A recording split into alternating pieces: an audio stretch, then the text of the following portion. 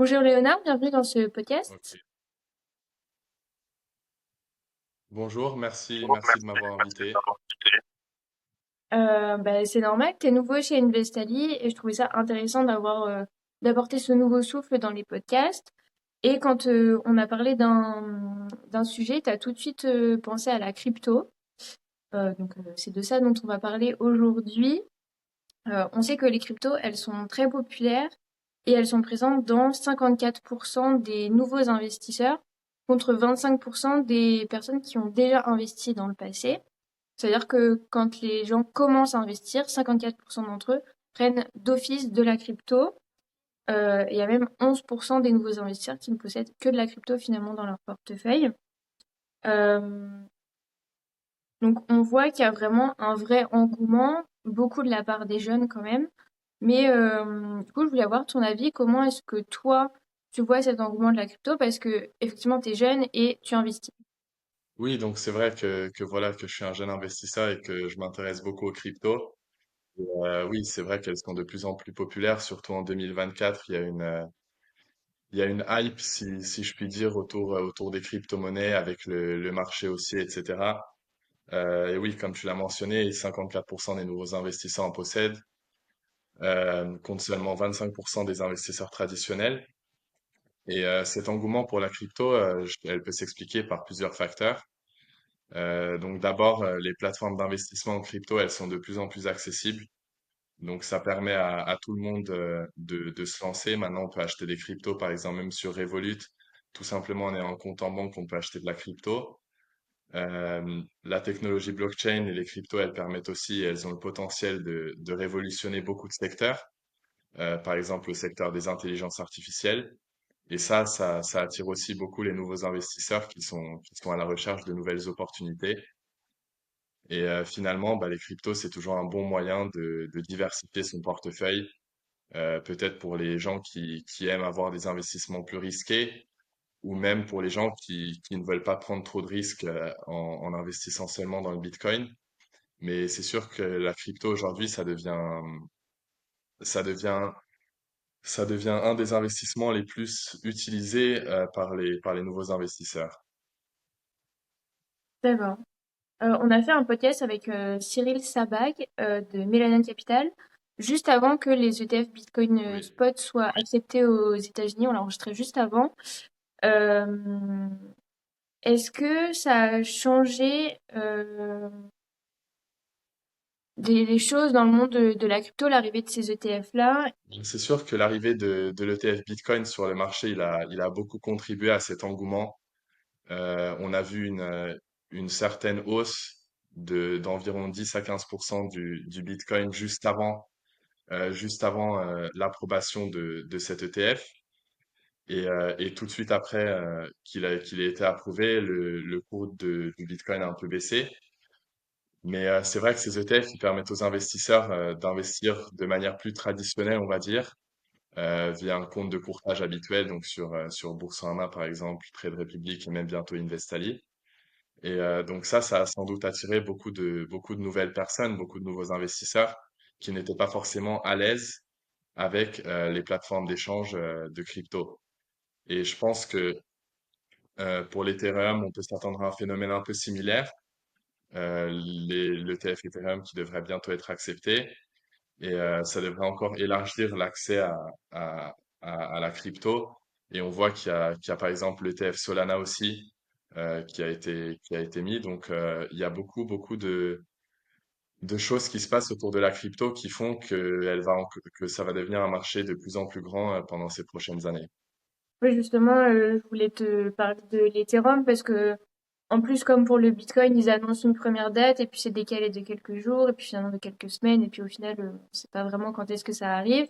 Du coup, ça met en ébullition tout le secteur de la crypto et du monde des ETF parce que les deux veulent leur part.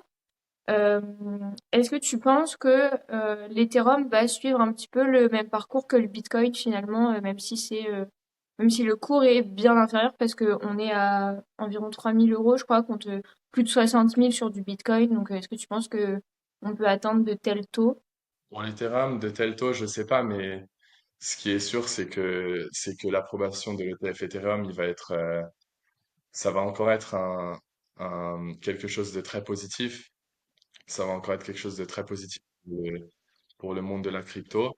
Et c'est quelque chose qui va aussi beaucoup renforcer la confiance des investisseurs dans les plus petites crypto-monnaies, si on peut dire, même si l'Ethereum, ça reste dans le top 3 des cryptos, ça reste quand même bien inférieur au Bitcoin. Et les gens, quand ils parlent de crypto, ils parlent que de Bitcoin, pas forcément d'Ethereum. Donc c'est sûr que si l'ETF Ethereum venait à être approuvé, ça serait quelque chose de grand pour le monde du Web3, de la blockchain et des cryptos. D'accord. Et donc, toi, tu as investi en crypto, si je me trompe pas. Oui. Selon toi, quel est le meilleur moyen d'investir en crypto, justement, comme tu as un petit peu d'expérience? Ben, pour moi, il n'y a pas vraiment de meilleur moyen d'investir en crypto. Ça dépend vraiment du profil de risque de l'investisseur, du profil de risque de la personne. Je pense que le meilleur moyen d'investir, que ce soit en crypto ou autre, c'est de faire du DCA. Le DCA, qu'est-ce que c'est? C'est du dollar cost average, c'est-à-dire qu'au lieu, par exemple, d'essayer de rentrer au plus bas et de sortir au plus haut, c'est souvent impossible. Bah, c'est plutôt de diversifier ses points d'entrée, c'est-à-dire par exemple investir la même somme régulièrement. Donc par exemple mettre 50 euros voilà, tous les samedis. Comme ça, les points d'entrée, on a une bonne moyenne. Surtout en ce moment, voilà, la semaine dernière, ou il y a 2 semaines, en fonction de quand vous écoutez ce podcast, le cours du Bitcoin avait quand même bien baissé de 15-20%. Les plus petites crypto-monnaies aussi ont subi des gros dégâts. Donc il faut savoir entrer au bon moment et il faut savoir investir régulièrement. Après, en fonction du profil de risque, voilà, certaines personnes n'aimeront pas du tout prendre de risques et pourront avoir tout leur portefeuille en Bitcoin. Certaines personnes qui aiment prendre beaucoup plus de risques vont acheter des pièces beaucoup plus petites. Mais je pense que le plus important en crypto, c'est surtout, avant d'investir, connaître soi-même les projets, connaître soi-même les tokens, les narratifs des cryptos. Donc, on a l'intelligence artificielle, le gaming, les real world assets, etc. Et de diversifier son portefeuille, non seulement avec des cryptos, voilà, entre le top 1 et le top 10, le top 50, le top 100, etc., mais aussi de diversifier les narratives et surtout, voilà, de bien connaître les projets, de bien connaître aussi qui sont les leaders de ces projets, qui sont qui sont à la tête de ces projets. Est-ce que c'est des gens de confiance? Quels sont leurs passés? Donc voilà, je pense que la crypto, c'est quelque chose où il faut vraiment s'y connaître avant, ne pas écouter, voilà, ne pas voir quelque chose sur Twitter, mettez 50% dans le Bitcoin parce que ça va prendre 200% d'ici la semaine prochaine. Non, ça c'est bête. Faut vraiment s'y connaître, connaître les narratives, connaître les projets. Et là, c'est possible de faire des bons choix d'investissement. Donc, au final, la crypto, c'est un peu comme le reste des investissements. Il faut s'y connaître un peu avant et se poser des questions d'abord avec soi-même avant de savoir dans quoi on veut investir au final. Oui, c'est ça. Après, la seule différence, c'est que les cryptos, c'est souvent beaucoup plus volatile, par exemple, que n'importe quelle action ou même ETF. Donc, la crypto, c'est quelque chose où les plus grosses capitalisations peuvent prendre 10% en une journée. Les plus petites capitalisations peuvent faire un x4 ou un x5 en quelques heures. Ce qui n'arrive jamais en bourse. Donc, c'est des investissements plus risqués, on va dire. C'est pour ça que c'est important d'encore mieux se renseigner que, par exemple, pour les ETF. Pour investir dans le CAC 40 ou dans le S&P 500, on n'est pas forcément obligé d'avoir beaucoup de compétences, de connaître voilà toutes les entreprises qui en font partie, parce qu'on sait que c'est une valeur sûre. On peut peut-être comparer ça à l'or. On sait que ce sont des valeurs sûres et on n'a pas forcément besoin d'énormément de compétences pour investir là-dedans, ou même de connaissances. Pour la crypto, je pense que c'est un peu différent. C'est important de bien s'y connaître, d'être dans l'écosystème avant d'investir. Après, on apprend aussi évidemment en investissant, en s'y mettant dedans, en se mettant dans le bain, en faisant de la pratique, pas seulement la théorie. Mais c'est important de s'y connaître avant de rentrer là-dedans, ça c'est sûr. Oui, effectivement. Est-ce que tu penses qu'il y a assez d'éducation sur les risques et les normes en crypto sur les sites que tu consultes? On a fait un épisode de podcast avec Charlotte Godin, qui est la fondatrice d'AML Factory, qui est une entreprise qui aide justement les entreprises, pas que en crypto, mais aussi les entreprises de crypto, à être, enfin, à être dans les normes des lois contre la lutte contre le blanchiment et le financement du terrorisme, qui est hyper important en crypto parce que comme justement c'est un peu caché, anonymisé, euh, on peut se dire tout de suite les gros groupes terroristes utilisent la crypto pour pouvoir se financer, et avoir des financements et acheter des armes, etc. Ou même le trafic humain aussi. Parce que évidemment c'est pas un sujet qu'on aborde beaucoup, le terrorisme, etc. Dans la vie quotidienne, on va dire. Quand Madame Godin m'avait parlé du trafic humain, je m'étais dit, mais oui, effectivement, malheureusement, ça existe et certains peuvent se dire que la crypto, ça permet de le financer. Est-ce que justement, sur les plateformes que tu utilises, il y a pas ces mises en garde, parce que bah, on espère que les gens qui investissent sur les plateformes ne sont pas dans cet écosystème-là, mais est-ce que tu penses qu'il y a assez d'éducation tout simplement à ces sujets-là? Assez d'éducation, je sais pas, je pense qu'il y a encore beaucoup de confusion et de manque d'éducation autour des cryptos. Par exemple, les gens qui ne sont pas du tout éduqués financièrement ou qui ne sont pas du tout dans le monde de la finance ou des investissements, si on va leur parler d'un ETF, du S&P 500, là, ils vont connaître, mais si on leur parle de l'Ethereum ou du Solana, ils vont peut-être pas connaître. Donc, je pense qu'il y a un manque d'éducation autour de la crypto.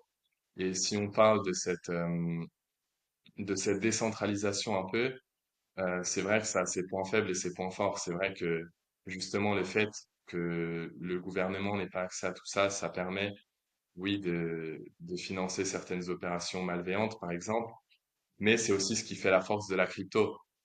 Si la crypto était régulée, si la crypto était régulée, ça serait pas forcément,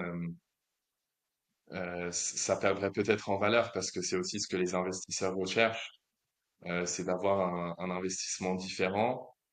Et c'est aussi justement ce qui en fait la force. Il y a de plus en plus de pays quand même qui en achètent. Il y a certains pays en Amérique centrale, en Amérique du Sud qui acceptent le Bitcoin en forme de paiement officiel. Donc ça veut dire que c'est quelque chose qui va prendre de l'ampleur les prochaines années. Et je pense que c'est justement un axe d'amélioration de pouvoir minimiser euh, ces transactions frauduleuses tout en gardant cette décentralisation et cette non-régulation de la crypto qui en fait sa force. Mm. Et comme ça se démocratise, l'engouement auprès des particuliers va se faire de plus en plus et ils finiront par investir. Exactement. Et je pense que si on regarde ces dernières années, bon, là, évidemment, on est en juillet-août, c'est les vacances. Les marchés financiers bougent pas vraiment en été. Mais c'est sûr que là, il y a il y a ce bull run fin 2024 et beaucoup de gens veulent rentrer. Beaucoup de gens essayent d'investir au bon moment. Et je pense que la crypto a connu beaucoup de nouveaux investisseurs en 2020. On a perdu quelques-uns en 2022, en 2023 quand le marché a complètement chuté. Et je pense que certains investisseurs reviennent et reprennent confiance dans la crypto et que ce phénomène, il va continuer sur les prochaines années avec beaucoup de nouveaux investisseurs. D'accord. Et est-ce qu'il y a un profil type au niveau des investisseurs? Est-ce que tu parles avec des investisseurs qui sont en crypto? Est-ce que ils ont peut-être des conseils aussi par rapport à ça? Euh, Au niveau des profils types, pour moi, les gens avec qui je parle et qui je connais, qui investissent en crypto, c'est surtout des jeunes, mais après, c'est aussi parce que moi, je suis jeune, donc forcément, je parle plus avec ces gens-là. Mais à mon avis, la crypto, c'est quelque chose où il y a besoin d'une certaine connaissance technologique, on va dire. C'est peut-être un peu plus complexe d'investir dans les cryptos que d'investir dans la bourse, dans des ETF, dans des assurances-vie, dans des livrets A, etc. Donc, à mon avis, la crypto, c'est quelque chose, enfin, c'est un investissement pour beaucoup de gens, on va dire, qui sont plutôt jeunes ou jusqu'à 50 ans. Si on regarde les statistiques, il y a beaucoup plus de gens en dessous de 50 ans qui investissent dans la crypto que des gens, voilà, retraités, on va dire, qui sont plus dans les livrets A, les assurances vie, etc. Et au niveau du profil risque, c'est des gens souvent qui aiment prendre plus de risques dans leur investissement, ou alors c'est des gens qui ont beaucoup d'argent et qui veulent vraiment beaucoup diversifier, parce que la crypto, c'est beaucoup plus volatile. Mmh, oui. Et ça reste bon à rappeler, c'est que la crypto, même si ça reste un très bon moyen de faire des x4, x5 dans une seule journée, c'est possible parce que c'est extrêmement volatile. Donc on peut avoir du x4 en positif, mais comme en négatif. Donc il faut faire attention. Mais comme l'a dit Léonard, surtout, n'oubliez pas de vous renseigner avant d'investir pour être sûr de vos choix et de bien comprendre ce dans quoi vous investissez. Oui, exactement. Et si je peux donner un dernier conseil, en ce moment, il y a aussi un très gros engouement autour de ce qu'on appelle les meme coins, surtout sur la blockchain Solana. Et on voit beaucoup de gens sur X ou sur les réseaux sociaux qui font des fois 10 des fois 20 voilà, en quelques heures avec des cryptos qui ont une capitalisation à 60 ou 100 000 dollars seulement. Donc, c'est des cryptos qui montent et qui redescendent tout de suite. Et ça, c'est quelque chose que de plus en plus de gens cherchent. C'est l'argent rapide, c'est de l'adrénaline. Mais au final, c'est vraiment pas le meilleur moyen d'investir en crypto. C'est ce moyen de rechercher cet argent rapide et facile. Eh ben, c'est ce qui va vous faire détruire et c'est ce qui va faire que tout votre portefeuille va retomber à zéro. Donc, il ne faut surtout pas faire ça. J'ai vu des gens qui ont mis 100% de leur portefeuille, plusieurs milliers d'euros dans des meme coins et qui ont tout perdu en quelques heures. Donc, c'est vraiment quelque chose à ne surtout pas faire. Peut-être mettre 5 à 10% maximum de son portefeuille dans ce genre de token, mais la plupart, connaissez vos narratives, investissez dans les cryptos qui sont dans le top 50 et sur le long terme, vous serez bien. D'accord. Eh ben, merci beaucoup pour ces précisions et ces conseils, Léona. Euh, Vous pouvez retrouver l'ensemble de nos podcasts sur notre chaîne Spotify, sur YouTube, notre site internet.etf et sur l'application Investali qui est gratuite. Euh, N'hésitez pas à les écouter, à lire les articles en complément à ce podcast. On se retrouve très vite pour un nouvel épisode. Merci encore, Léona. Merci, au revoir et à la prochaine.